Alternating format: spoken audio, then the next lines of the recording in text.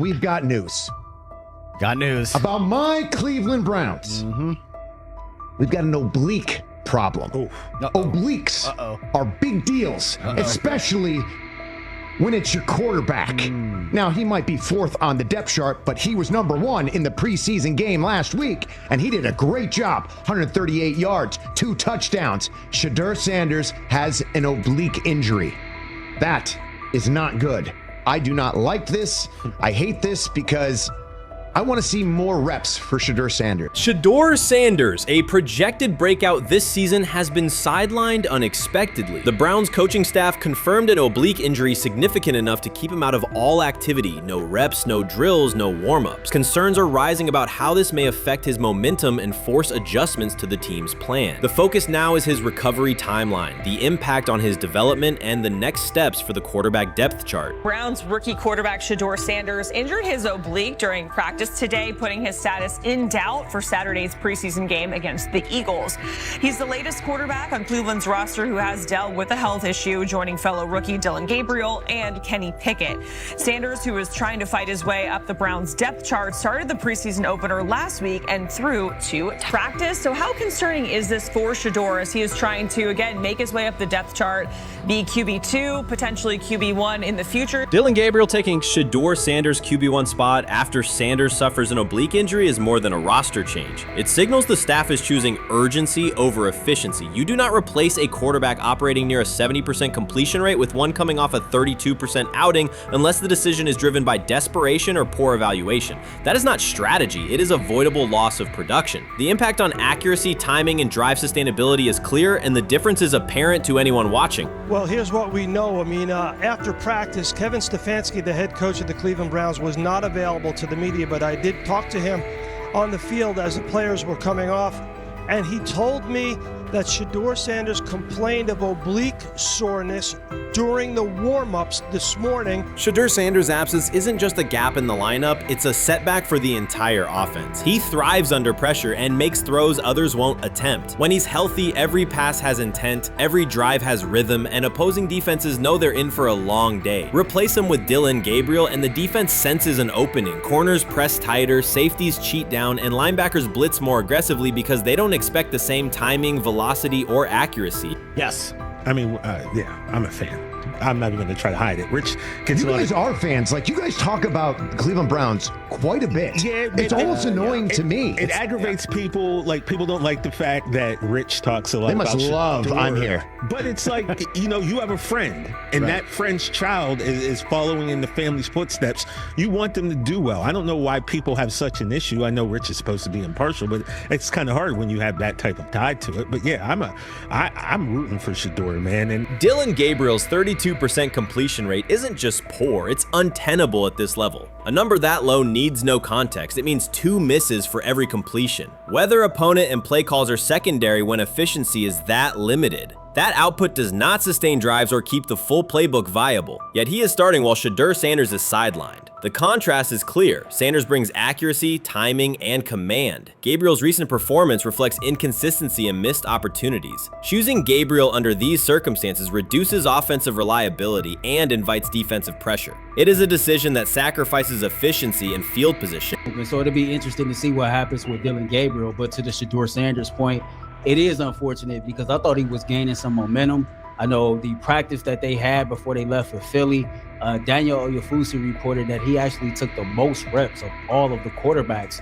And that was the first time that had happened. It was the first time that he had went ahead of Dillon Gabriel, practicing with the twos, etc. So, like, coming off that stout performance against the Carolina Panthers, he was gaining momentum. If this were a clean evaluation, there would be no debate. Shedeur Sanders is the clear choice. He's accurate, composed, and consistent with a track record of high-level production. Dillon Gabriel remains a question mark, and not the kind that stresses defense. He's the kind that makes coaches consider leaning on the run to limit risk and protect field position. The reality is that injuries create openings for players who haven't earned them. Gabriel has stepped into QB1 while Sanders is out, but that reflects circumstance, not superiority. We don't know the severity of this oblique injury and whether it will even keep him out of Saturday's game against the Eagles.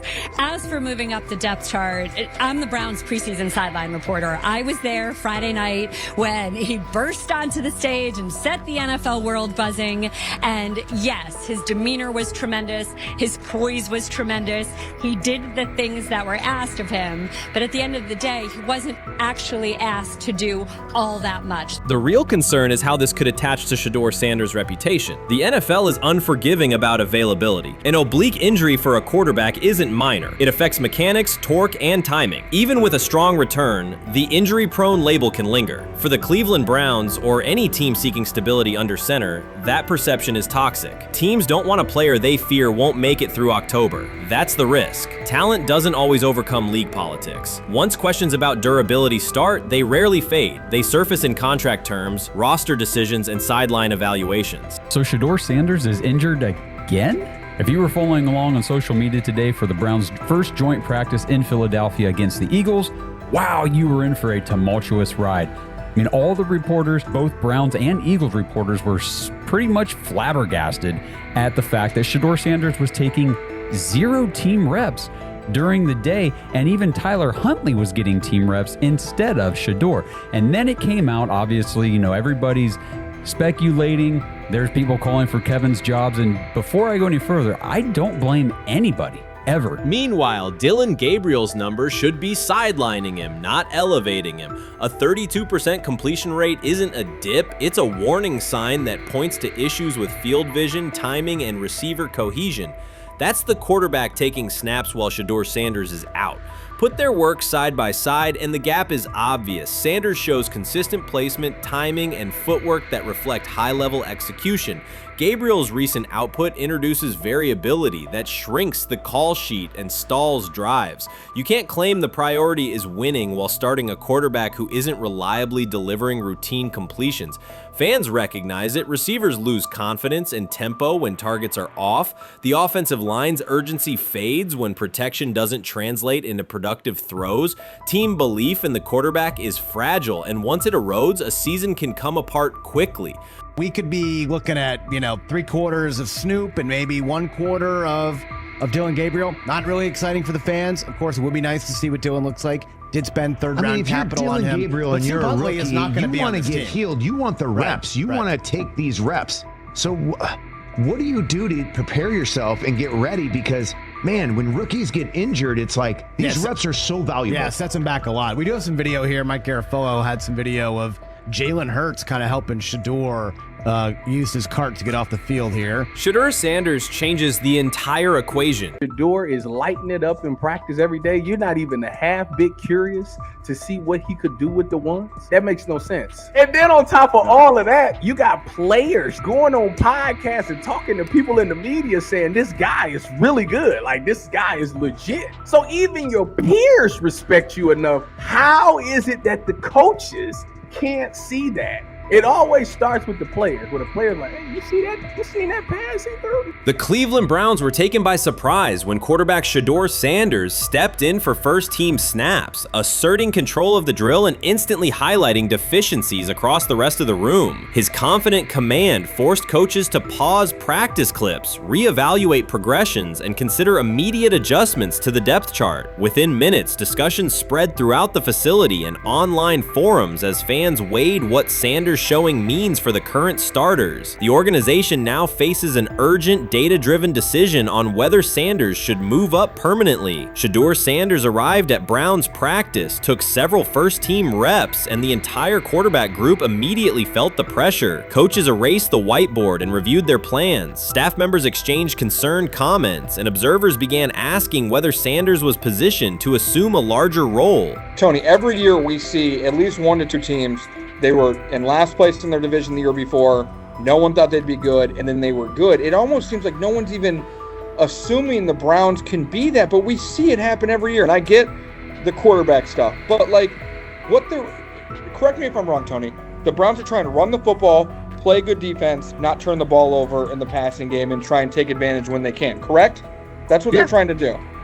That was the 2020 offense. The Cleveland Browns are still searching for stability at quarterback. Deshaun Watson is yet to deliver consistent starter-level production that justifies his contract, and each game renews doubts about whether he can regain peak form. Behind him, rookie Dorian Thompson-Robinson shows promise but remains inexperienced and unpolished. Coaches are evaluating alternatives each week and may need to adjust the depth chart if progress stalls. The roster around them is built to contend now, so ongoing uncertainty under center is increasingly costly. As we talk about, we do believe in best player available. We do believe in positional value, and we didn't necessarily expect him to be available in the in the 5th round, and so we love adding competition to every position room and adding him to compete with the guys that are already in there. We felt like that was the appropriate thing to do. The Browns quarterback group is unsettled. Deshaun Watson has yet to provide the reliable, high-level play his contract demands, while rookie Dorian Thompson-Robinson remains promising but unpolished. Depth behind them consists mostly of veterans whose experience lies more in holding clipboards than leading offenses. The coaching staff needs an immediate answer, not a 3-year development project. Shedeur Sanders enters as that potential solution. At Colorado, he passed for more than 3,200 yards despite working behind one of college football's poorest offensive lines, consistently demonstrating poise, quick processing, and accurate ball placement under heavy pressure. Film shows steady reads and disciplined footwork, traits that offset concerns that his profile is built on family name or media attention. Cleveland viewed the signing as a low-risk, high-reward move. Early in camp, Sanders received a handful of first-team snaps intended merely as an evaluation. Those plays quickly changed practice tempo. The ball came out on time, receivers hit their landmarks, and the defense struggled to adjust. Coaches immediately expanded the review using phrases such as evaluate every option, an indication that the depth chart was no longer fixed. Watson sensed the scrutiny. Thompson-Robinson increased his urgency. Within minutes, competition in the quarterback room intensified. Sanders repeated that performance in subsequent sessions. His footwork remained clean, progression sharp, and throws firm and precise. Each strong rep forced staff to reassess the plan to keep him buried on the developmental track. The broader context magnifies the pressure. Cleveland's roster is built to contend now. Fans are weary of quarterback turnover, and the front office cannot afford another costly misstep under center. Around the league, rookie passers rarely wait multiple seasons anymore. Joe Burrow, Justin Herbert, CJ Stroud, and even late pick Brock Purdy established that precedent. If Watson opens the regular season and struggles, public calls for Sanders will grow, especially if the rookie flashes in preseason. Alternatively, another team could attempt to acquire him if Cleveland hesitates to elevate his role. Each scenario underscores the same reality. Sanders' emergence has turned a routine camp evaluation into a critical decision point for the franchise.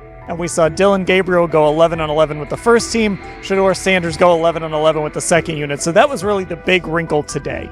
Yes, and of course, it was the first time that we have seen Shedeur Sanders get any of those coveted 11-on-11 reps. Of course, again, it wasn't with the first team offense or against the first team defense, but it's progress. And that means that he's going in the right direction, that the arrow is pointing up. He's coming up the learning curve. So that's good for him. And I actually thought just overall, he had a better day than Dillon had today. He completed more passes. He was more on point. In fact, in that 11-on-11 period, he threw a near touchdown. Desperation can push franchises toward aggressive decisions, especially when their quarterback options appear unconvincing or outdated. One scenario now emerging is that Sanders earns enough confidence to take full preseason reps with the starters, forcing Cleveland to revisit a depth chart it believed was settled at the beginning of July. His practices demonstrate that the excitement around him is grounded in measurable performance. Accurate, high-velocity passes against first-team defenses, and confident command of the huddle. Each strong outing also heightens league-wide interest. Rival scouts adjust evaluations, and general managers revisit their notes, aware that a viable young quarterback may soon become available. Inside the facility, the personnel staff must balance short-term results with long-term roster planning, knowing that an early move could reshape salary cap allocations and locker room dynamics. The pressure on Watson and Thompson-Robinson escalates accordingly. Both must produce visible progress to maintain their current roles. Cleveland's recent history shows how quickly promising quarterback situations can devolve into controversy. The franchise has turned potential breakthroughs into organizational turmoil before, so observers remain cautious about how this competition will unfold. I'm about to unleash about Shedeur Sanders. I just watched what happened to Shedeur Sanders in the Cleveland Browns' third and final preseason game. And I'm outraged I'm sickened and I'm saddened by the way Shedeur continues to be treated in the National Football League.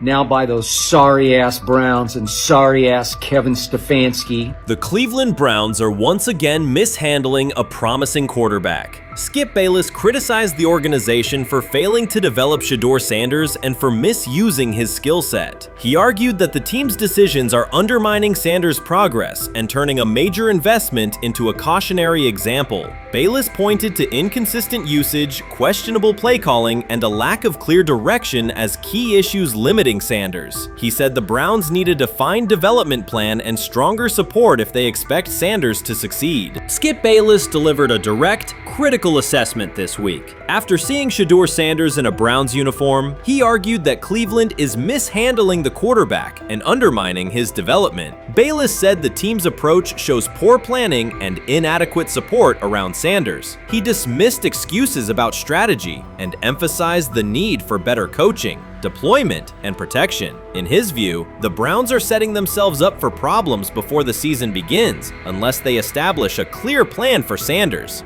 Given the team's recent decisions, his reaction is understandable. Cleveland has a history of inconsistent quarterback development. Shedeur Sanders is a premium prospect, the son of a Hall of Famer, a proven college performer, and a widely recognized figure. The organization should prioritize his reps, protection, and a clear development plan, not place him behind Dillon Gabriel as if he were a secondary option. But I'm going to answer this question by saying Shedeur Sanders, and I'm going to tell you why. I think he's being set up to fail. That's right, I'm going to say it. Okay. Here we are on national television, right? There's been 11 practices, if I remember correctly. He's been starting against, he's been playing against the third unit. He's fourth on the depth chart. And then suddenly you throw him into the start line, and he hasn't had any reps for the first team at all. Think about that. So you're just going to throw him to the wolves like that, huh? I mean, you know, if he had first team snaps in practice. Yet here we are. Cleveland has one of the most publicized prospects and is handling him like a depth piece. The broader issue is the franchise's long record of quarterback instability and inconsistent development. That history colors every move they make. When the Browns draft a quarterback, fans don't anticipate a long-term answer. They brace for another reset. Shedeur Sanders should be treated as a priority, not as an afterthought behind Dillon Gabriel. Let's give him a chance. Let's give him a chance with the play calling. You know you have an offensive line that isn't playing that well. So what do? Why not just play the short game so he can get the ball out of his hands very fast to run a competent goddamn offense? Outside of that, Shedeur has to be better in understanding that the offensive line that you're working with right now is not adequate.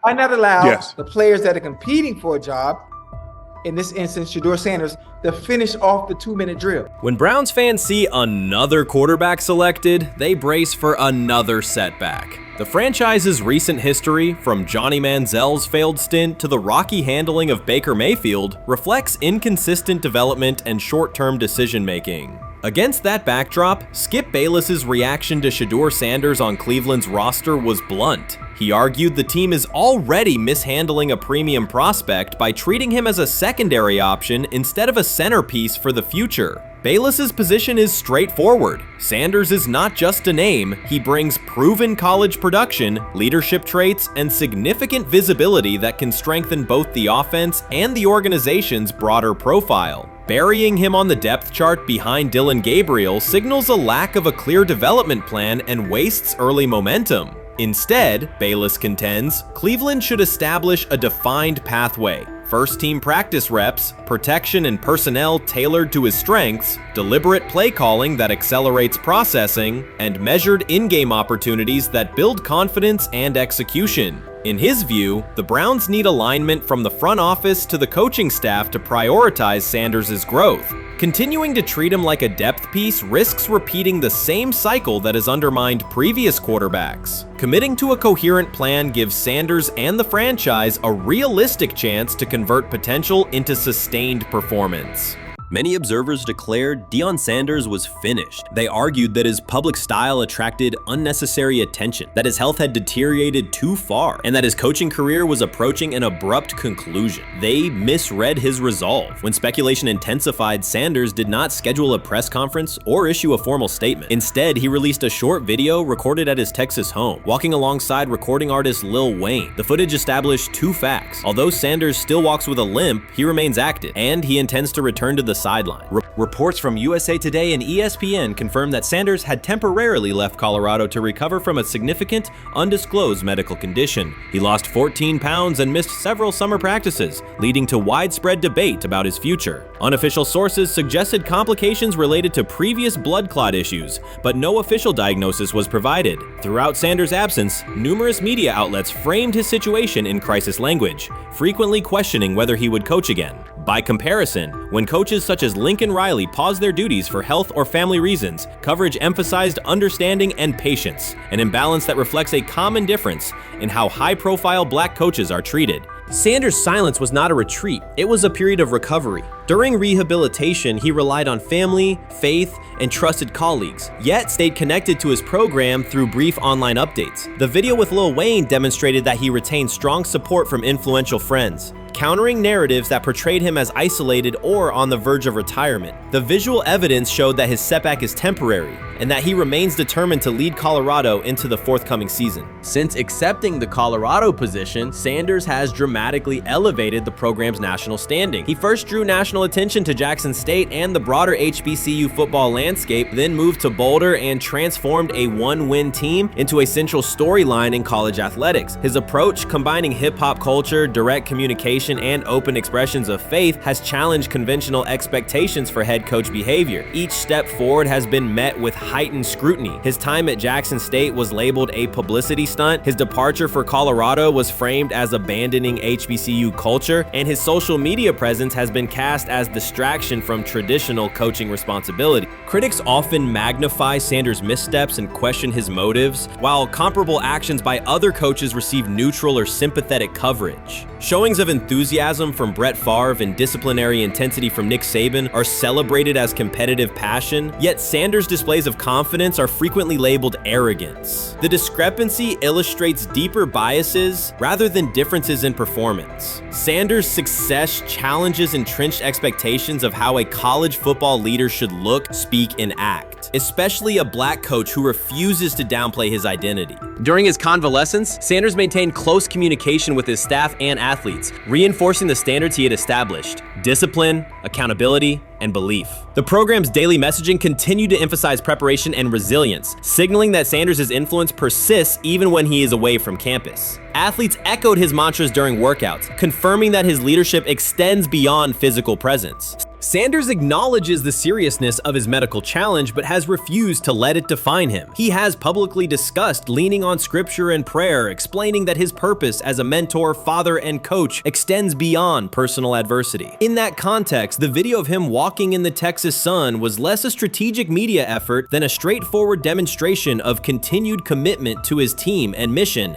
Colorado still requires Sanders' vision. Prior to his arrival, attendance was low, national media attention was minimal, and recruiting momentum had stalled. Sanders' leadership brought renewed energy, authentic identity, and higher standards of accountability. Players who previously lacked representation in college football leadership found a coach who shares, affirms, and elevates their cultural background. Sanders supplements conventional coaching priorities, scheme, fundamentals, and execution with empowerment initiatives that cultivate self-confidence and authenticity. As preseason camp approaches, Sanders intends to resume full involvement, even if medical recovery remains ongoing. His presence is expected to restore on-site leadership, stabilize the locker room, and direct media coverage toward on-field progress. For Sanders, the objective extends beyond compiling wins. It includes completing a cultural transformation that expands how success and leadership are defined in modern college football. Those who predict his decline overlook the underlying traits, faith, perseverance, and purpose that have supported Sanders throughout his career. Doubts, rumors, and disproportionate scrutiny have followed him from playing days into coaching, and he has consistently responded with results. His current health setback is another obstacle, not a conclusion. The broader initiative he leads, centered on authenticity, opportunity, and high standards, continues. When Sanders returns to the sideline, it will mark the next stage of a movement he has guided from Jackson State to Boulder.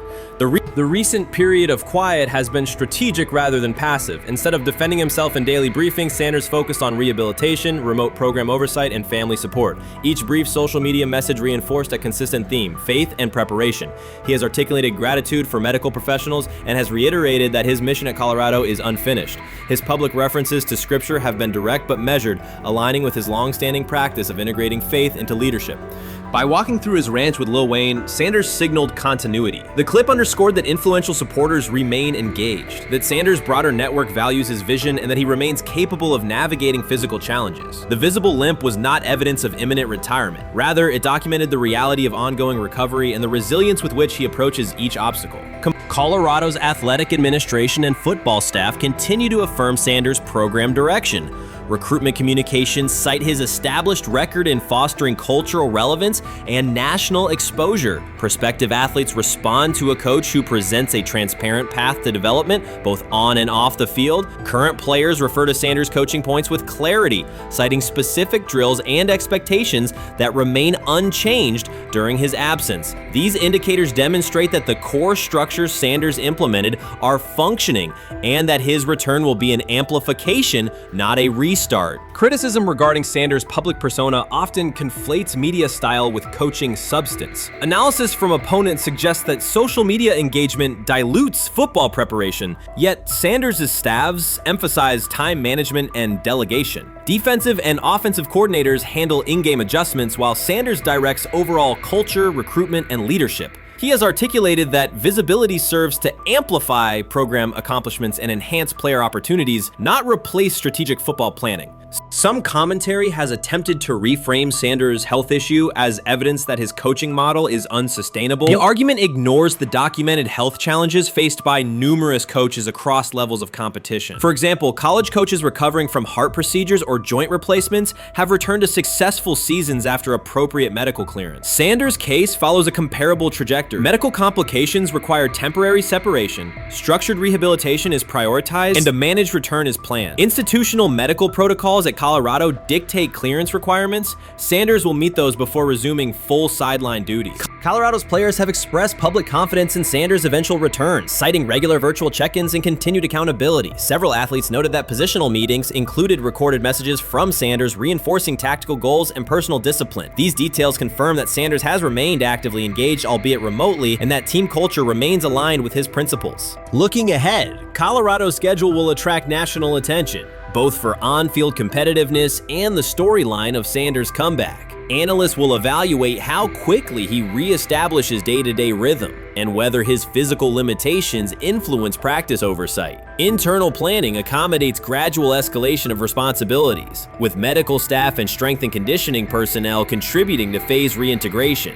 The broader significance of Sanders' return extends beyond Colorado. His visibility continues to challenge prevailing narratives about leadership styles and pathways in college athletics. By prioritizing authenticity, open articulation of faith, and cultural expression, Sanders offers a contrasting template to more conventional models. His eventual recovery and sideline presence will reinforce the argument that diverse leadership profiles can succeed in elite collegiate competition. In summary, rumors of Deion Sanders' coaching demise were premature. Verified reports confirm a substantial but temporary medical setback. He used the time away to focus on health, sustain program engagement, and rely on a support system anchored in family, friends, and faith. His recent public appearance demonstrated active recovery and reaffirmed his intention to resume leadership in Boulder. The forthcoming season will test Colorado on the field, but it will also underscore the durability of Sanders' vision, one that combines competitive ambition with cultural resonance. Observers who continue to question his longevity overlook the resilience and purpose that have defined his career. Sanders' return is imminent, and the movement he leads remains intact. Chris Carter's televised assessment of Shedeur Sanders triggered immediate pushback from Cleveland fans, local media, and even several Browns veterans. Carter dismissed Sanders, a fifth-round pick, as unprepared to start and framed the growing interest around him as purely a byproduct of surname recognition. Since that segment aired, practice reports have told a very different story. Observers inside the Browns facility describe a rookie quarterback who is closing the gap on Kenny Pickett and Dillon Gabriel with surprising speed. Sanders first turned heads in rookie minicamp by directing the huddle with a calm that belied his inexperience.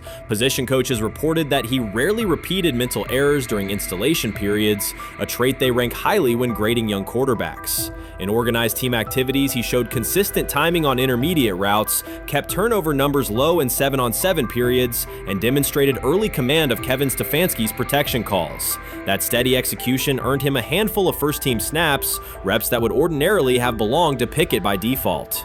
By mandatory minicamp, the rotation had shifted again. Practice notes from beat reporters detail the rise in Sanders' workload each day. Red zone series against the starting defense, 2-minute drills, and full field scrimmage possessions in which he checked out of called plays when fronts dictated it. Mary Kay Cabot, initially skeptical Sanders would challenge for game day snaps in 2025, wrote after consecutive sessions in mid-June that his footwork, release speed, and pocket management had, quote, meaningfully tightened since rookie camp. Her tone marked a clear departure from early spring projections that labeled Sanders a long-term developmental project. The broader quarterback context in Cleveland magnifies that progress. Deshaun Watson's availability and form remain uncertain after 2 injury-interrupted seasons, while Pickett's transition from Pittsburgh has been uneven. Dillon Gabriel's arm strength is evident, but coaches continue to stress hesitation in his full-field reads.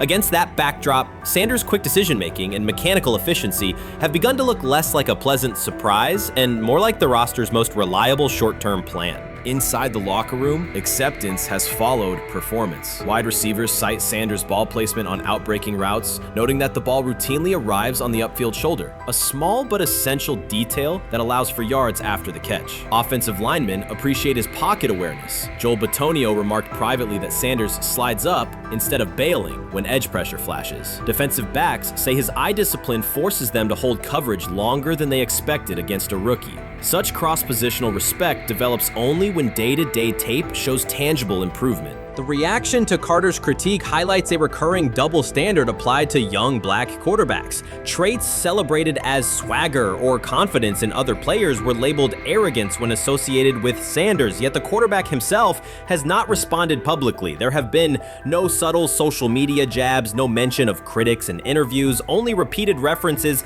to competing for every rep and learning from veterans. That measured approach, combined with hard evidence from practice, has softened earlier doubts among coaches who prioritize demeanor as much as arm talent.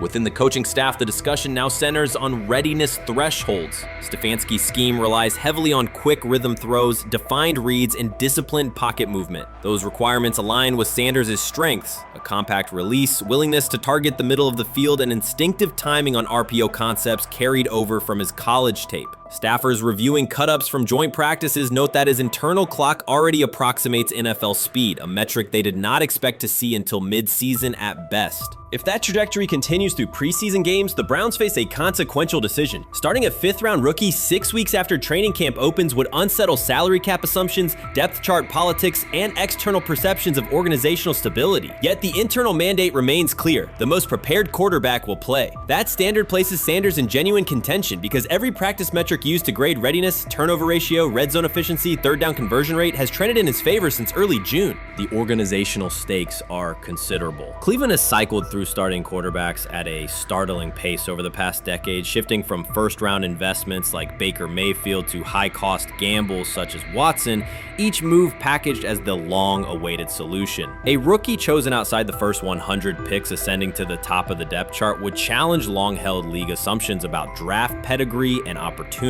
It would also validate the evaluation philosophy that prioritized Sanders' intangibles: processing speed, leadership presence, over conventional arm strength thresholds that pushed him down the draft board. Carter's televised remarks now sit awkwardly alongside daily updates from Berea. His critique relied on pre-draft labels and the presumption that a late-round passer with a famous father would need a redshirt year. Practice film contradicts that stance. Sanders checks protections at the line, manipulates safeties with shoulder fakes, and has reduced turnover-worthy throws in full-speed sessions to single digits. Statistics normally cited for veteran backups, not rookies. The longer that evidence accumulates, the more Carter's comments appear rooted in legacy bias rather than objective performance review. None of this guarantees Sanders will open the season under center. Preseason defenses test quarterbacks in ways practice cannot. Defensive coordinators will disguise pressure and boundary rotation to force late decisions. Sanders must show he can adjust protections and exploit mismatches without the benefit of a controlled environment. Yet within the Browns facility, the conversation has shifted from if he will be ready to when. Quiet confidence from Amari Cooper and other veterans suggests they believe Sanders can steady an offense searching for consistency more than highlight reel heroics. Sanders' rise also affects long-term roster calculus. If he earns the job and performs competently, Cleveland gains starter-level production on a cost-controlled rookie contract, freeing cap space allocated to other positions. That scenario could reshape roster-building strategy in a division featuring Joe Burrow and Lamar Jackson, quarterbacks whose contracts consume significant percentages of team payroll. A capable, low-cost starter would allow the Browns to reinforce their offensive line and secondary while retaining core veterans, a competitive advantage few teams enjoy.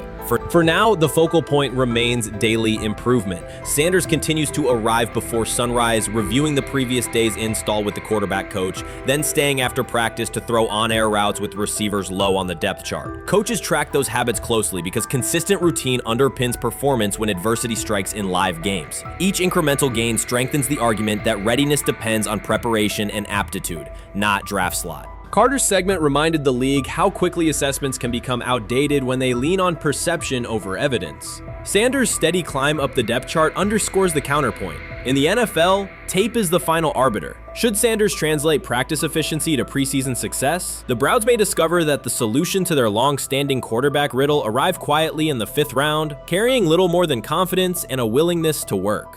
I view things as I got time. I got time to be able to grow and mature, and be able to understand the ins and outs of the defenses and be able to get the good insight from the vets in the room. So I look at it as, a plus. And whenever, it's time for me to play. Shedeur Sanders rolled into Browns camp and instantly made the whole practice feel like a recess pickup game. NFL vets suddenly looked like they'd forgotten the playbook and were just trying to keep up. With that being said, I see some balls coming out of Shedeur Sanders at that camp, and I'm like,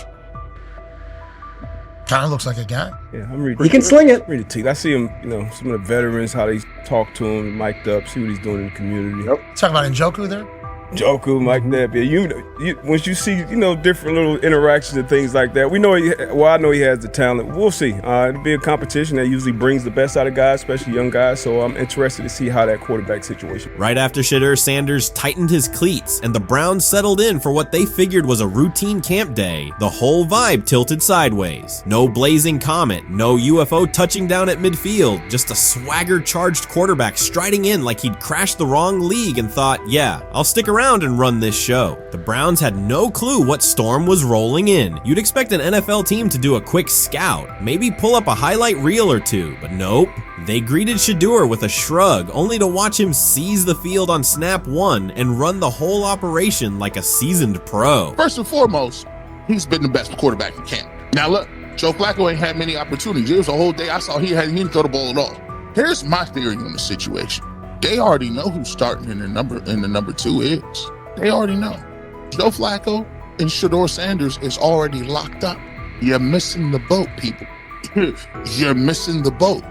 Your boy, Kenny Pickett and Dylan Gabriel, oh, they're fighting. Shedeur didn't merely clock in, he hijacked the session. One moment he's loosening his arm, the next he's roasting veteran QBs like faded names on busted draft boards. Defensive coordinators everywhere had the same gut punch reaction. Uh-oh. His pocket poise? Straight disrespectful. His timing? Psychic. And every pass left his hand like it was laser guided to its mark. While Shedeur Sanders was slicing up routes, the Browns secondary looked less like an NFL backfield and more like a gag gaggle of dads sprinting through a Saturday fun run. Big on enthusiasm, short on closing speed. Coaches fought the urge to slam the emergency horn. Players traded wide-eyed, "Are we serious?" stares, and someone even double-checked that a hidden camera crew wasn't about to pop out of the tunnel. But nope, this was pure Shedeur, half cold-blooded surgeon, half highlight factory. He wasn't dropping a casual "I'm here," he was crafting a masterclass. From the first rep, the tempo changed. Shedeur Sanders accepted the snap with steady footwork, diagnosed the Browns' single high shell, and delivered a tight window seam route that forced the free safety to recover late. Throughout the period, he manipulated leverage with quick shoulder fakes, moved through full field progressions, and released on time from a balanced base, consistently putting the ball on his receiver's upfield shoulder. Cleveland's coverage struggled on multiple fronts. Safeties hesitated between deep half responsibilities and underneath support, creating voids at 15 to 20 yards. Cornerbacks and off-man were caught in trail position when Sanders used rhythm throws on three-step drops, while those who tried press technique had their inside hand neutralized by his receiver's outside releases. Linebackers widened to match shallow crossers, leaving the middle hook unguarded for pivot routes and option digs. One corner attempted a line of scrimmage jam. Sanders immediately adjusted the route to a back shoulder fade, releasing the ball before the break and rendering the press ineffective. Over the session, he showcased pocket discipline, reclimbing to maintain throwing lanes rather than drifting, and finished with a series of anticipatory throws against cover 2 cloud, fitting vertical outs between the flat and deep half defenders. Sanders' combination of rapid post-snap processing, precise ball placement, and pocket efficiency exposed coverage mismatches at every level and highlighted communication gaps in the Browns secondary. By mid-session, the Browns defensive staff clearly recognized their calls were outmatched. Every adjustment, a roll to cover 6, a simulated pressure, a late rotate to 2 high, was neutralized once Shedeur Sanders confirmed the post-snap picture. Routes that had taken weeks to script were beaten by timing and location. Comeback set at 12 yards broke open before the corner's transition. Slot seam outs dotted the void between the flat and deep half defender, and boundary receivers beat press with quick hand techniques, receiving the ball before the trail man could recover. Sanders' command was methodical. He used cadence to freeze plug blitzes, re-ID'd the mic when linebackers sugared the A-gaps, and maintained a firm base so he could reset and fire without resetting his feet. His receivers benefited from that rhythm. Top of the stem, eyes back, ball delivered on their upfield shoulder, allowing immediate transition to YAC. The Browns front tried a late stunt to compress the pocket. Sanders climbed 2 steps, re-spotted the shallow crosser, and delivered in stride, turning a potential sack into a 20-yard gain. What stood out most was how little ramp-up Sanders needed. From his first series, he processed full field concepts at tempo, cycling through progression reads without hitching. The poise under interior pressure, consistency in ball placement, and ability to manipulate zone defenders left the Browns' coordinated disguise packages ineffective and forced them into static coverage by the end of the period.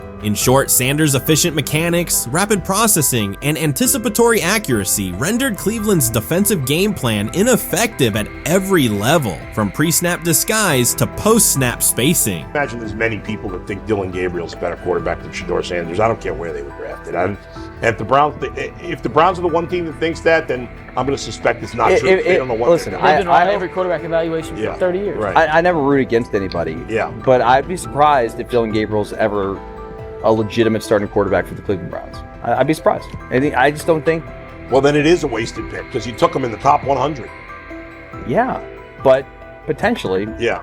May get away with it because of Shedeur. An edge rusher chirped at Shedeur Sanders between snaps, hoping to shake his rhythm. On the very next play, Sanders answered with a 30-yard laser, a deep dig from the boundary side that split the single high safety and the trailing corner. He hit the top of a 5-step drop, kept a firm base, and delivered on time to the receiver's outside shoulder, turning what should have been a routine rep into a sudden change explosive. From that moment on, every coverage wrinkle the Browns tried, rotating from cover 3 to quarter half, flashing a Tampa 2 shell, mugging both A-gaps, was met with a precise counter. When corners pressed, Sanders adjusted the route to a back shoulder fade. When safeties widened, he checked to a glance post. When linebackers bailed, he found the running back on a delayed option out of the backfield. Even late simulated pressures couldn't move him off his spot. He simply climbed, reset his feet, and fired. As Cleveland's defenders rotated through checks, Sanders manipulated them with cadence and eye discipline. He froze weak side safeties plays long enough to create intermediate windows, then feathered the ball into those lanes before help could arrive. When the Browns finally dropped 7 and matched every route, Sanders tucked the ball and converted 2 separate 3rd and 6 situations on the ground, reminding everyone that his mobility is as calculated as his arm. By the end of the session, the defensive coordinator's call sheet looked obsolete. Sanders had neutralized blitz looks, exposed spacing issues in zone, and forced the unit into static base coverage just to survive the period. It wasn't a camp drill anymore. It was a clinic on timing, processing speed, and controlled aggression, delivered snap after snap by a quarterback who never needed a warm-up lap to own the field. They never planned on taking him. The problem is,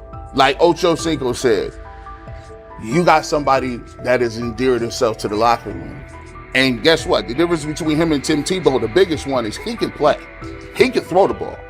Tim Tebow running around being an H-back, he can throw the ball. And he's done everything he needs to do. He ain't saying nothing. He ain't rocking the boat. He ain't mad about the reps. He ain't mad about none of that. All the people out there want to see is this, like Tyler said earlier. We want to see what he can do with Jerry Jeudy. That's it. I want to see what he can do with David Njoku. I want to see him with Junkins. I want to see him with the first running backs. If you are cooking, if you are beating down the doors with the 3s and 4s, guess what? You deserve more. From the first team period on, Cleveland's secondary looked a step slow. A deep third safety hesitated on a post-snap rotation, leaving Shedeur Sanders free to climb the pocket and fire a 22-yard out that arrived before the defender could plant and drive. The supporting cast around him, players fighting for roster spots, not Pro Bowl invites, benefited from his command. Sanders used tempo to control the defensive front, altered protections at the line, and located throwing lanes so quickly that one receiver didn't register the catch until he crossed the goal line. As the Browns tried new personnel groups, coverage busts multiplied. Starters slipped out for hamstring stretches while rookies rotated in, only to find the ball arriving on their blind side before they'd completed a midpoint squeeze. On a later 3rd and long, Cleveland finally closed the interior rush lanes, compressing the pocket with 3 defenders. Sanders pivoted through the traffic, stepped into a narrow escape window, and, without resetting his shoulders, whipped a no-look pass to the boundary curl for a fresh set of downs. The throw turned a potential sack into an explosive play and left the coaching staff scrambling for answers. The people who are fascinated by Shedeur for whatever reason, whether it's his play, I guess, last year was kind of fun. If you're just like a guy who grew up like loving Deion Sanders and passed that love on down to your kids, I can see why you're like that. The one thing I will give them is you're looking at this quarterback room. If you're a fan of Shedeur and say, why can't he go beat Dylan Gabriel or Joe Flacco or Kenny Pickett? So I do understand that part of it, right? Because why not? Why couldn't he be a Brown starter in October or November? That looks like a quarterback room where everyone will get a chance to start. While much of the NFL community attended the ESPYs in Los Angeles, Shedeur Sanders spent the day in Cleveland with families recovering from a residential explosion. He did not seek cameras or a red carpet appearance. He chose to be present in a neighborhood working through loss. Weeks earlier, an explosion at the Rainbow Terrace Apartments in the Garden Valley neighborhood displaced more than 100 residents. Local officials reported that 42 families were left without housing. A father suffered burns over most of his body and remained in a coma. His 2 young children were hospitalized in critical condition. The damage extended beyond structures. Families lost possessions, stability, and routine. Cleveland City Council member Richard A. Starr described the moment as a family fighting for its future. Outside of local reporting, national attention was limited. Sanders decided to go to the site, meet residents, and help organize a day focused on relief and connection. The decision drew questions almost immediately. Some asked why he was not at the ESPYs, others questioned his motives. Sanders did not respond with counter-arguments. He explained simply that he felt an obligation to be present and that he would act on that conviction. This was not a team-scheduled appearance. He promoted the gathering himself, arrived without ceremony, and spent the day with residents. His approach emphasized listening, participation, and time. The event, which he called the Garden Valley Fun Fest, brought a large turnout over several hours. The purpose was straightforward: create space for families to reconnect and for children to play, even as recovery work continued. Sanders threw passes with kids on the blacktop, joined in games, and spoke with parents and grandparents about what they were facing next. He moved through the apartment complex and common areas with minimal staff support. Browns defensive lineman Michael Hall Jr. attended and interacted with residents as well. There were no speeches or stage staged moments. The focus remained on residents and their needs. Questions about visibility persisted as photos and short clips circulated online. Some criticism framed the visit as a substitute for a higher profile appearance in Los Angeles. Sanders kept to the same message. The priority was to support a neighborhood coping with displacement and uncertainty. He did not present the choice as a protest of any event. He presented it as the correct use of his day.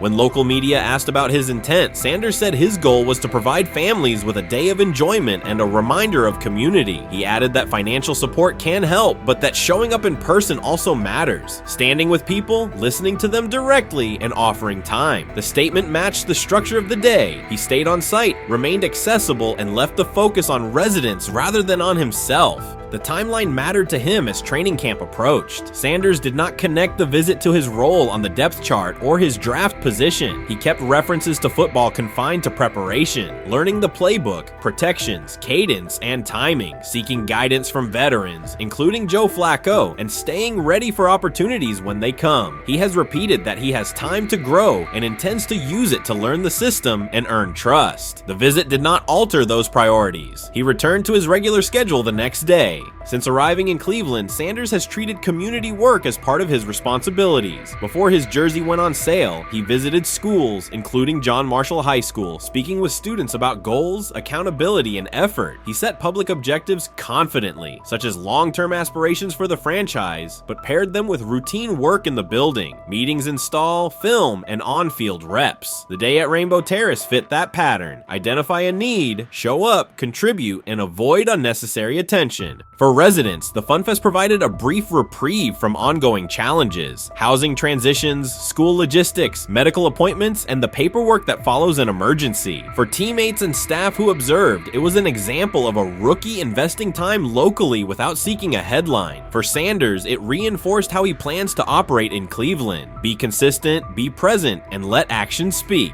The setting at Rainbow Terrace underscored the scale of recovery ahead.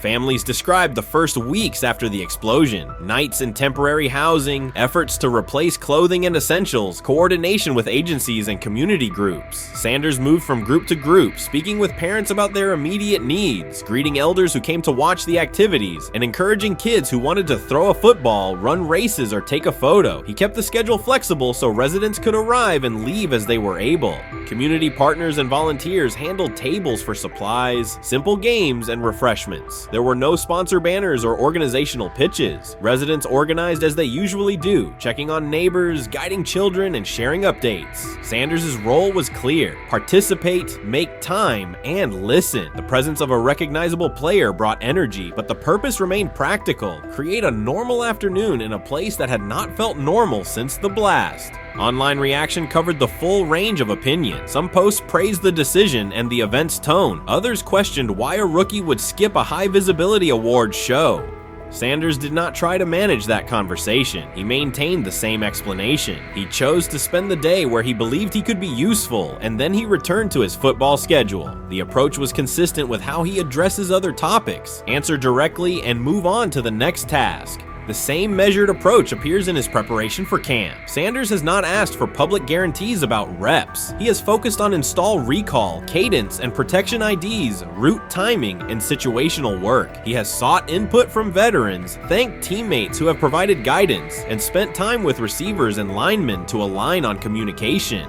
Coaches have emphasized that the quarterback competition is a process, and Sanders has accepted that framework. His emphasis remains on readiness. None of this overshadows the experience and resumes of other players on the roster. It does provide a clearer picture of how Sanders operates as a professional. He separates off-field actions from promotional efforts. He keeps football preparation focused on what he can control. He communicates with teammates across position groups so that timing and expectations are shared. He does not try to steer attention in his favor. He tries to make steady progress. The day in Garden Valley was one example. He arrived without a speech, stayed for hours, and left without an announcement. He did not ask for recognition. He offered time. Residents responded in kind. Kids lined up for catches and races. Parents and grandparents asked about camp and wished him well, and neighbors coordinated rides and schedules around the event. The atmosphere felt like a neighborhood gathering, not a media production. Local leaders who were present or who spoke later emphasized that recovery will take months. Families will continue continue to navigate housing, healthcare, and daily logistics. Events like the Fun Fest do not resolve those issues, but they help sustain community connections and morale. Sanders' contribution was to create a space for that to happen and to treat the day with the same seriousness he applies to practice, plan, execute, and keep the focus where it belongs. As the preseason approaches, Sanders will continue to compete for opportunities on the field. He has said he will be prepared when called upon, and that he understands the importance of mastering details before focusing on outcomes. The organization will make decisions based on evaluation, and he will accept the results while continuing to improve. The off-field choices will remain consistent, identify needs in the city where he lives, and contribute in direct, practical ways. The core elements are simple. A neighborhood suffered a significant loss. Residents faced immediate and ongoing challenges. A rookie quarterback chose to spend a day there, without a press conference, without a schedule of talking points, and participate in a community-led event designed to give families a break and remind children that play still has a place. He provided presence, not a headline. He listened more than he spoke. He returned to work the next day. In a league and media environment that often prioritize visibility, Sanders made a different choice. He kept attention on people, not optics. He placed value on time spent in person rather than on appearances. He continued to build trust in the locker room and in the city through steady conduct rather than declarations. That approach, measured, direct, and consistent, will shape how he is viewed in Cleveland as much as any public statement could. The outcome of his football career will be decided on the field by installations learned, reads made, throws delivered, and games played. The outcome of his role in the community will be measured by smaller, quieter moments. Afternoons like the Fun Fest, school visits, and unannounced stops where listening matters more than being seen. For Cleveland residents at Rainbow Terrace, the takeaway from that day was straightforward. Someone who represents their team showed up, stayed, and participated without fanfare. For Sanders, it was the same. Do the work in front of you, whether that is a practice period or a neighborhood event, and keep the focus on the people who are affected most. Grab hold of the starting job. Yes, but I don't think we're going to know which one until we get deep into August. Now, I think, we tracked the reps everybody was getting at practice throughout the OTAs and minicamp. But when you talk to people there, they just want to make sure everybody got what they needed. And that, Kenny Pickett, we find out if he has the goods to be the starter. Joe Flacco, they back him off a little bit. He's 40. He may not need as much. The rookies, Shedeur, Sanders, and Dillon Gabriel, what do they need to learn to make the transition from the college game to the pro game? That's what the spring was about for the Browns quarterbacks. Now, Shedeur Sanders has moved from social media celebrity to on-field standout, and ESPN now lists him among its first-team candidates. Reactions are split. Some fans are impressed while others are skeptical. Whether this reflects Deion Sanders' long-term strategy or simply Shedeur's rapid development, the story is drawing widespread attention. Here's a look at what led to this moment. They never planned on taking him. The problem is, like Ocho Cinco said, you got somebody that has endeared himself to the locker room. And guess what? The difference between him and Tim Tebow, the biggest one, is he can play. He can throw the ball. Tim Tebow running around being an H-back. He can throw the ball. And he's done everything he needs to do. He ain't saying nothing. He ain't rocking the boat. He ain't mad about the reps. He ain't mad about none of that. All the people out there want to see is this, like Tyvis said earlier.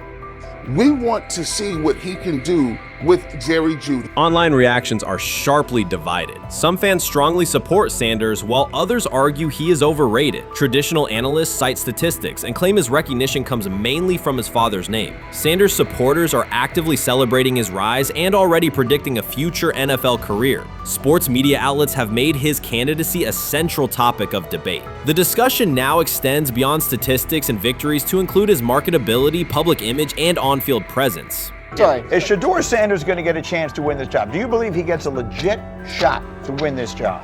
Listen, I think, first of all, the action's going to really start in training camp. Like, forget all the OTA stuff. You don't win a job in OTA. The real action starts in training camp. And just like Shedeur said, during the mini camp, when it's time to take your reps, you got to make the most of it. Because I think early on, there's going to be a lot. Remember, Joe Flacco didn't hardly practice in OTAs and mini camps because they were giving the young guys. Right. So when he gets his opportunity, he's going to have to make the most of it. Analysts are closely reviewing game footage to evaluate Sanders' decisions and mechanics, while others examine his social media activity to see how he balances content creation with quarterback duty. Shedeur Sanders' placement on ESPN's early first-team list has taken over the college football conversation. Supporters circulate his highlights and argue that his on-field production and leadership justify the honor. Skeptics claim the recognition relies too heavily on his family name and question whether his resume is strong enough enough for first-team status. Analysts are rewatching game footage to assess his reads, accuracy, and pocket presence, while others examine how he balances a high-profile social media presence with quarterback responsibilities. The debate has pushed other storylines, such as conference realignment and NIL issues, into the background, leaving fans and commentators focused on Sanders' performance, marketability, and overall impact on the sport. I'll keep saying it. I believe Shedeur Sanders should play more games than any other quarterback on this roster this year, because he's the only guy that I look at and say they might have something here. Because I'm telling you right now, they left night one of the draft saying we are taking our quarterback next year. So it's on Shedeur or Dylan or Kenny, probably not Joe, to change their mind. To change their mind. But you got to find out. You gotta find out. Opinions differ on whether Sanders is benefiting from his family name or simply showing real progress, but the attention is undeniable. Social media is flooded with edited images elevating him to legendary status. Critics argue the first-team nod is driven by hype and marketability, while supporters point to his flashes of strong arm talent, field vision, and decision-making. Regardless of motive, the announcement has dominated the football news cycle and intensified debate over how much of his rise is performance-based versus media-driven.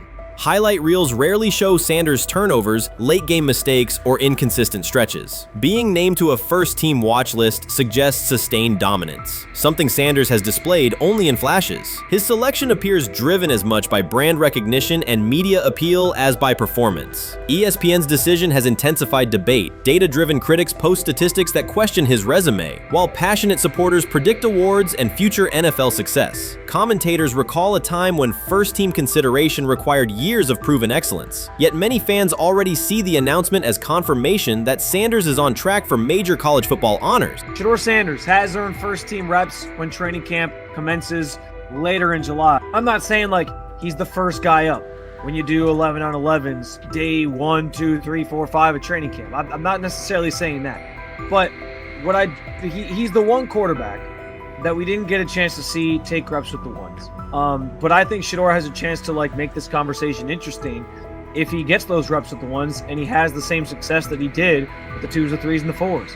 I have confidence he can show you something, but I got to see it. We all got to see it before we can actually judge that. Some believe Deion Sanders is already preparing for an award ceremony, while others are furious, threatening to protest ESPN's credibility over Shedeur's first-team mention. Critics argue that honoring Sanders without a full season of elite play undermines college football standards. Supporters insist his performance and profile justify the recognition. The debate reflects a broader clash between traditional merit-based evaluation and modern brand-driven visibility. In today's landscape, first-team consideration is no longer only about statistics. It also involves marketability and audience engagement. Whether welcomed or rejected, Sanders commands attention and embodies the sport's shift toward both performance and personal brand. When he led college football in completion percentage and he threw almost 40 touchdowns for over 4,000 yards, how tall was he? Because they make it seem like he shrunk all of a sudden, RC. Oh, how lively was his arm? Because all I know is somebody did that. Somebody threw for over 4,000 yards, somebody threw for almost 40 touchdowns, and somebody led college football in completion percentage. Now, I'm trying to figure out, what I try to figure out all the time, Mel, is how a guy that hadn't played football in almost 5 months. Shannon Sharpe has publicly defended Shedeur Sanders and criticized those questioning him. Sanders has earned higher recognition and some fans are responding negatively. Although there's debate about whether he belongs on a second-team list, Sharpe maintains that Sanders' career is clearly ascending. Reactions on social media are mixed. Some users are angry, others are surprised, and a few say they anticipated this result. The conversation remains active. When reports confirmed that Shedeur Sanders had been elevated from second team to near top-tier status, Shannon Sharpe issued an emphatic response. He delivered a detailed rebuttal to critics, underscoring why Sanders deserved the promotion and directly challenging those who doubted the decision. I don't think that he was underprepared during these meetings. I don't believe any of these stories that he showed up arrogant and that he was bombing his interviews. I mean, you watch the film, he's on time, he's on point.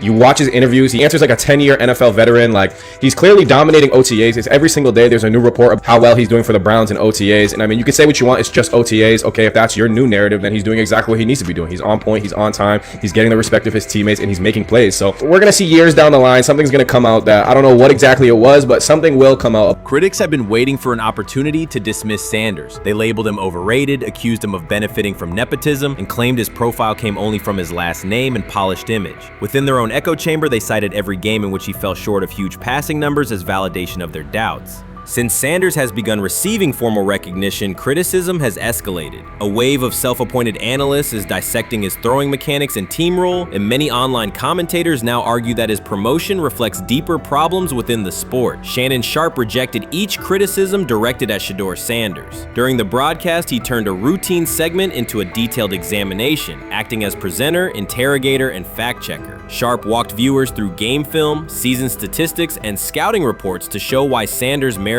his recent promotion. Whenever a panelist claimed Sanders had not earned the role, Sharpe countered with completion percentages, efficiency ratings under pressure, and documented late-game drives that changed outcomes. He stressed that the backlash was driven less by on-field evidence and more by reluctance to revise earlier opinions. Sharpe argued that critics were upset not because Sanders lacked qualifications, but because his progress contradicted their initial narrative. By the end of the discussion, Sharpe had moved past simple defense and reframed Sanders as a clear example of performance-based advancement, demonstrating that early predictions can be wrong. Never heard of no Dylan Gabriel or Tyler Shock. What the hell is that? So how is Shedeur Sanders going behind them? I'll tell you how. Collusion. 4 different times they passed on him. How the hell does that happen? 4 rounds. It doesn't happen to a quarterback. We've never seen anything like this before.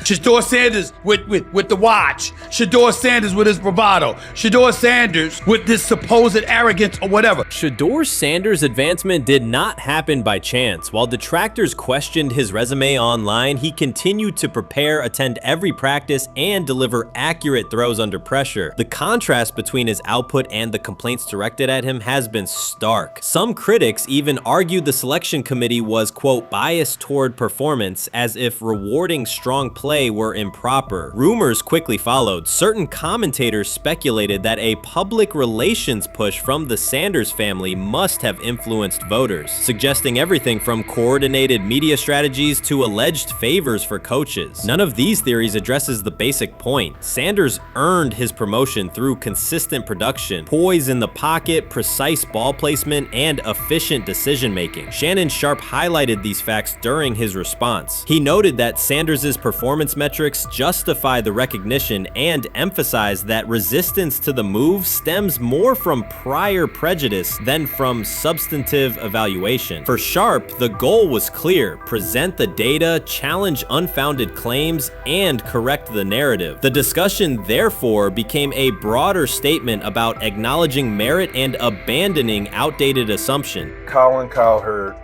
defend college basketball coaches who have gotten a DUI, come to their defense and say they didn't need to be fired, that they deserve a second chance. But Shedeur Sanders drives 40 miles over the speed limit, gets a one-on-one ticket, and Colin Cowherd comes on his show today and says he's out on Shedeur Sanders. He's seen enough. He can't support him anymore.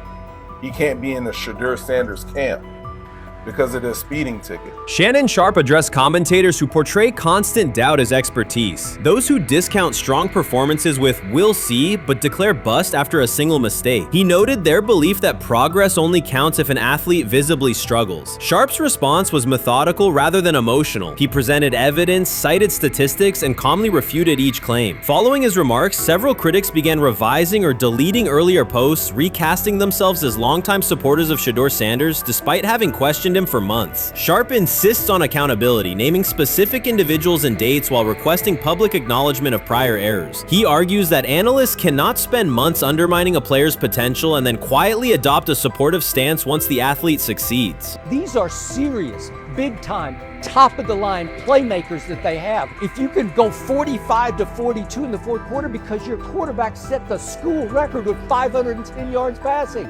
He was flawless. Shedeur is big time. I didn't know for sure, will it translate to the next level of competition? Yes, it might translate to the next level of competition as he can play. Critics who once claimed Shedeur Sanders was unprepared now hesitate to acknowledge their mistake. They resist retracting earlier comments and struggle to accept that an athlete can succeed without their approval. Sanders continues to share practice clips and game highlights without engaging the debate, while Shannon Sharpe documents every dismissive remark, ready to revisit them on national television. The disapproval did not slow Sanders. It underscored his progress and exposed the gap between perception and performance. As a result, the conversation has shifted. Analysts Analysts who doubted him now describe him as undervalued and publish detailed evaluations of his mechanics and game management, suggesting long-standing familiarity with his career. In a matter of weeks, critics have recast themselves as advocates, demonstrating how quickly opinion can change when consistent results leave little room for doubt. Shannon Sharpe signaled that his commentary is not over. He considers Sanders' advancement a positive outcome for every athlete who has been overlooked or criticized for having confidence. Sharpe stressed that analysts do not have the authority to determine who deserves recognition based on personal preference. The reaction to Sanders' promotion, he argued, revealed how quickly opinions can shift once results are undeniable. Sharpe pointed out that many vocal critics became quiet when confronted with objective performance data. This exchange, Sharpe insisted, reached beyond defending a single quarterback. It challenged the practice of dismissing achievements that do not fit familiar narratives. He reminded viewers that success does not require external approval and that consistent talent will surface despite online commentary intended to minimize it. While critics reconsider their positions, Sharpe remains steady, assigning credit to the athlete and allowing the scoreboard to confirm the argument. In his view, the statistics speak clearly enough. Sharpe also emphasized that the intensity of the backlash must be placed in context. College football is a volatile environment where unexpected outcomes are common. Therefore, declaring failure based on incomplete evidence only weakens the credibility of sports analysis. The discussion underscored the need for measured evaluation rather than reactive judgment. Dak Jackson and him and everybody else that we talked to have said that Shedeur looks good. He looks really good. He looks better.